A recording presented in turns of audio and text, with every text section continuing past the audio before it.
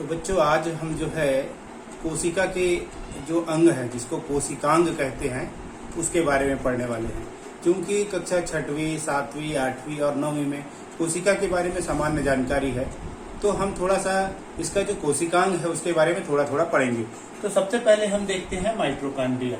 जैसे कि आप ये पहला नंबर का जो चित्र है, ये पहला नंबर का चित्र है, इसको देख रहे हैं। ये हमारी कक्षा 8वीं में भी है ना। ये किसका चित्र है? माइटोकॉन्ड्रिया का चित्र है। यदि माइटोकॉन्ड्रिया के चित्र को देखोगे तो ये जो है दोहरी झिल्ली से घिरी हुई एक रचना आपको दिखाई दे रही है इस प्रकार, है ना। ये देखिए बाहर लिखा है व्हाइट कलर का जो बाहर मेम्ब्रेन है, और ये अंदर जो दिखाई दे रहा है इसकी आंतरिक झिल्ली है। इसके अंदर के भाग को हम लोग क्या कहते हैं? मैट्रिक्स कहते हैं।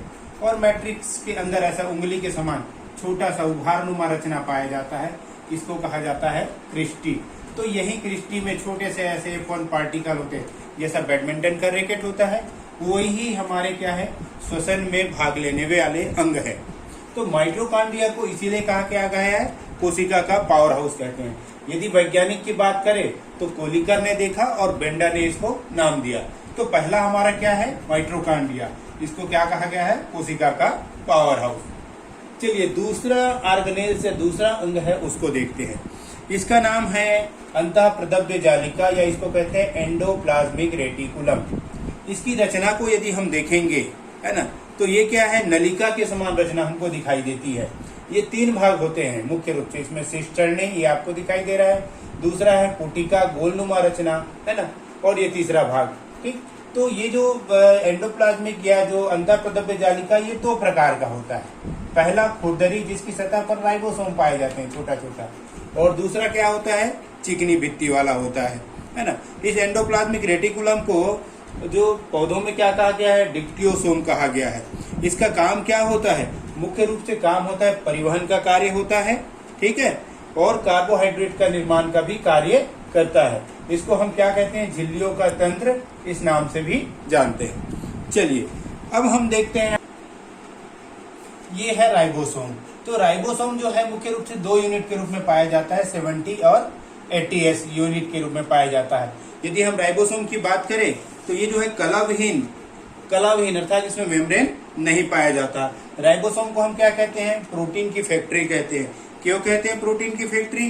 क्योंकि ये प्रोटीन बनाता है और हमारे शरीर के लिए महत्वपूर्ण है ना। इसीलिए इसको क्या कहते हैं? प्रोटीन की फैक्ट्री कहते हैं। इसको किन वैज्ञानिक ने ढूंढा? रॉबर्ट नाम के वैज्ञानिक ने इनको ढूंढा था। रॉबर्ट नाम वैज्ञानिक ने इनको ढूंढा। तो अब हम देखते हैं इसका जो एक और है, गोल्गी काय कहते हैं इसको, गोल्जी बॉडी भी कहते हैं।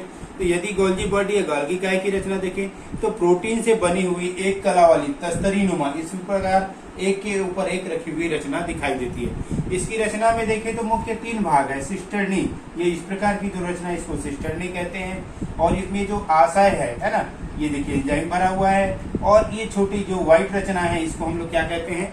रिक्तिकाएं कहते हैं। इनको केमियो गोल्गी नामक वैज्ञानिक ने ढूंढा था, है ना, ठीक है, केमिल। और ये विभिन्न एंजाइम का स्त्रावन करती है और विभिन्न जो रासायनिक कार्य होता है पादपों में उसको पूरा करता है। चलिए अगला हम लोग देखते हैं। यहाँ पर अभी देख रहे हैं ये है केंद्रक। तो पूरी जो कोशिका है, हम जो कोशिका पढ़ते हैं उसका आधार या मुख्य भाग क्या होता है? ये केंद्रक होता है। इसीलिए इसको कोशिका का नियंत्रण कक्ष भी कहते हैं या कोशिका का दिमाग भी हम कहते हैं। यदि रचना देखें तो ये मुख्य रूप से गोलाकार होती है, लेकिन अलग अलग कोशिकाओं में इसका आकार अलग अलग हो सकता है। यदि रचना की बात देखें तो इसमें भी बाहर की ओर देखिए झिल्ली दिखाई दे रहा है, बीच में क्या है, अंदर में भरा हुआ पदार्थ कोशिका द्रव्य कहलाता है, और बीच में एक रचना और दिखाई दे रही है जिसको हम लोग केंद्रिका या न्यूक्लियोलस कहते हैं, है ना। और ये जो यहाँ पे जो बाह्य मेम्ब्रेन है उसकी सतह पर राइबोसोम दिखाई देता है। और ये जो पतले धागे नुमा रचना दिखाई दे रही है इसको हम लोग क्या कहते हैं? क्रोमेटिन कहते हैं। यही क्रोमेटिन आगे चल के इसका निर्माण करता है, गुणसूत्र का निर्माण करता है। और यही गुणसूत्र लक्षणों को एक पीढ़ी से दूसरी पीढ़ी में लेके जाता है। इसके बाद जो रचना दिखाई दे रही है ये है सेंट्रोसोम, है ना। तो सेंट्रोसोम में जो इसमें यदि देखेंगे तो पतली नली के समान ट्यूब्यूलर रचना दिखाई देती है, ठीक है। ये जंतु कोशिका में कोशिका विभाजन के समय विकसित होती है ना। तो ये सेंट्रोसोम की रचना है।